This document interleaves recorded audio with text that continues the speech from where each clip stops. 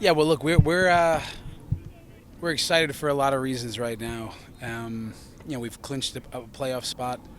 Um, we have another game coming up against a good team. It's a road game where we see a big challenge in this, an opportunity to go on the road and show that we can have disciplined performance more than we have even recently. So we see a lot to play for coming up, but the energy in the team is really good. There's a lot of confidence coming off the last game in which we clinched at home. So we have our sights set on now jockeying for position in the playoffs. Can we get that home game? Sorry. That's Coach, your okay. first time punching, obviously, since you've been here Yeah. and since 2021. What was that moment like? We haven't got to talk to you since then. Yeah, look, I see the moment, for initially is for the fans, to see just how happy they are, how grateful they are, thanking us, thanking me. I walk around and I say thank you. They can read the lips, thank you.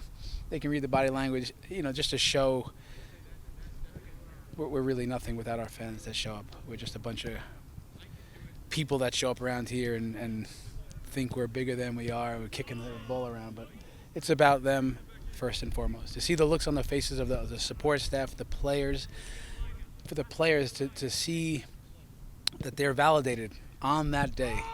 We were picked last by many experts out there to finish, in a playoff position somewhere, to have a Rocky Mountain Cup under your belt and a secured Champions League spot. There's a real sense of accomplishment. Only victories like that and accomplishments like that can do for a player. So, yeah. Coach, you mentioned looking for a more disciplined performance on the road this weekend, compared to Sporting last week or 2 weeks ago, should I say, and then the performance this past weekend at home. What would you take away from those two games so starkly different, and what do you think that says about the team to come back and perform the way they did against Toronto? Well, look, I know what we got here. So for our team to bounce back yet again, that doesn't surprise me. We're a gritty team. We don't get too high or low, especially low, and we're together and they work hard. So to see that they rebound at home doesn't really surprise me. What I would say is that on the road, it's just tough. In MLS, I can promise anyone listening, it's not easy to win on the road in general.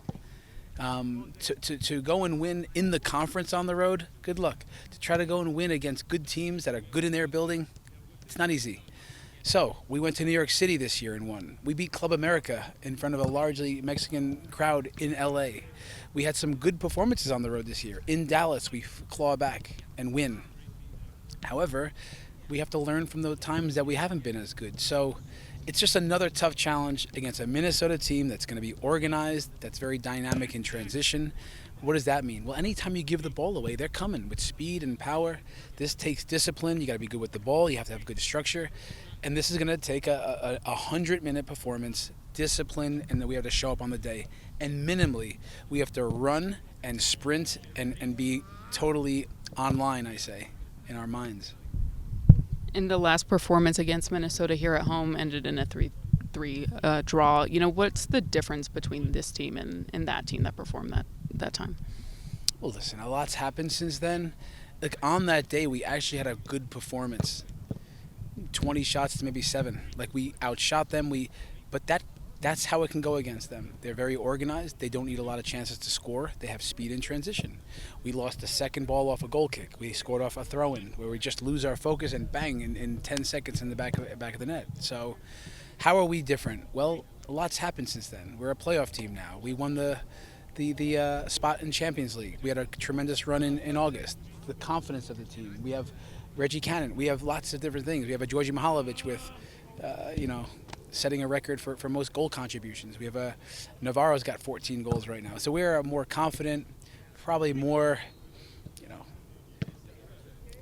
understanding of who we are more than now than ever. Our DNA of who we are, and we've just had more reps. So I'd like to think we're more mature and we've learned from some of the performances, but we'll have to reset it and be at our best.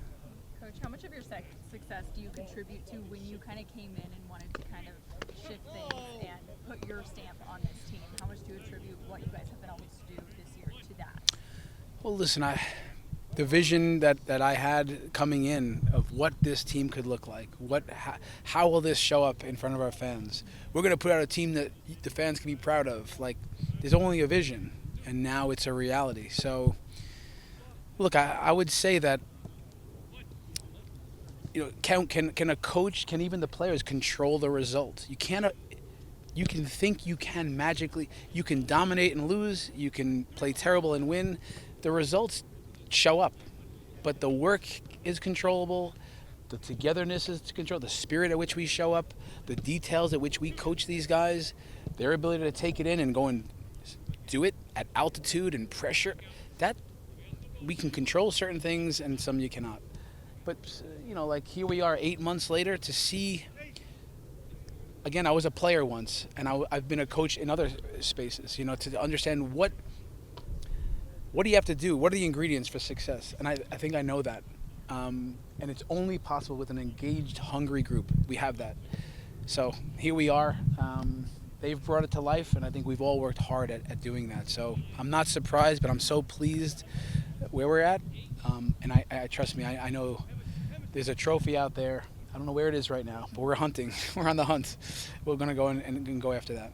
Can you speak to what Reggie Cannon has brought in just a short time since being here? I know he scored his first goal, what he adds.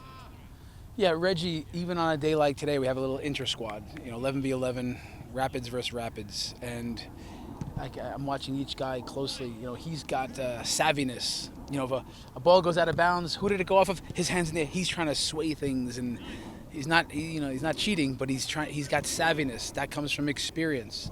Playing for national team, playing in the league a bit, playing in Europe, in the championship. He comes with experience and savviness. He brings that to our team. He brings quality to our team. He's a right footer. He can play on left back. He can play center back. So he's got versatility. And I think, he brings not just that, but quality. He really is a smart player. So you add a smart player, savvy, versatile, prideful in his defending. We've added a good piece to our back line. And obviously Cole Bassett is talented, but what have you learned about him that is kind of that, I guess maybe that people wouldn't know over your time here coaching him? I pushed hard, with U.S. soccer, even when he had a chance to make the Olympic team. When no cameras are on, just saying, hey guys, listen, here's what we're seeing over here. That doesn't show up sometimes in statistics, even though he's got some really good numbers here. He's got goals, he's got production, goals and assists. He also there's not an MLS player in the entire league that runs more than him. Could you imagine? There's only one, and it's him. So his will to win is, is it the penalty against Salt Lake for the Rocky Mountain Cup? When he just has a will to win, and I think people know that when you get to see it every day. For a young guy that looks beyond his years. He knows everything he does wrong in games. He's self-critical. He works really hard. He loves the team. I mean, he is it through and through, Rapids. So yeah, I think a lot of that people can see. I get to see maybe. Does everyone know how humble he is? How can you have that winning edge so much that you're the greatest, but so humble? This is not common. So. We've seen the greats out there, and he's still young. I'm not getting ahead of myself here, but he's a great player with humility and team-first mentality, but believes he's number one and suffers for the team and anything for a victory. So, little tidbit about Cole Bassett. I love it. This is my last question about going off of the Bassett brothers. What do they mean to? Obviously, they mean a lot to Colorado soccer. I know people look up to him. I don't know how much DU soccer you get to watch, but just having those two brothers that are both talented and, like you said, humble. What do you think that means to the soccer world here in Colorado? Yeah, look, both of them, they come from a good family. They come from a family that, you learn this from your parents, how to show up, how to work and not make excuses, how to give to the team. Of course, there's quality in there, in their DNA and who they are. So, yeah, I know. Sam, Cole, these guys, at DU, you can see the production even over there, the teams where they are. Yeah, I know. We're tuned into what's going on over there. So, listen, it's when you talk about those brothers and the family, we're a team that we want to play young players. We want to bring homegrowns through. Why do we want to do that? Well, young players can fit our style of play by running and especially at altitude. But also guys that love the club. They when you say put the team first, they understand what that is. They've heard that for years, you know. So listen, it's I think when we're in recruitment and then in development, so from the ones that we're bringing up from inside the club and the ones that we're recruiting from outside the club, locally, nationally, internationally, they kind of, like, you know, Cole specifically, and of course, I mean, from who they are as people and players, these are the types that you don't have to look that far. You can look right there. That's the profile. And then you start to say, okay, physically, mentally, tactically, technically. Yeah, it's a lot of that in the ingredients in the DNA of who they are. So they're not just important, they're critical to helping us identify exactly how we recruit and develop. Just last one. You know, months ago when we started talking about playoffs, your hopes to make the playoffs. In the past coming weeks, it's been closer and closer, more of a actual reality, potential reality. Now that you have, do you think that there's a different attitude in the locker room, a different type of intensity that people are coming out to training with, that the coaches are speaking to the players with? No, in fact, they showed up the other day after 2 days off, and you would have thought we lost the playoffs. The energy was not that high. The mood was a little down.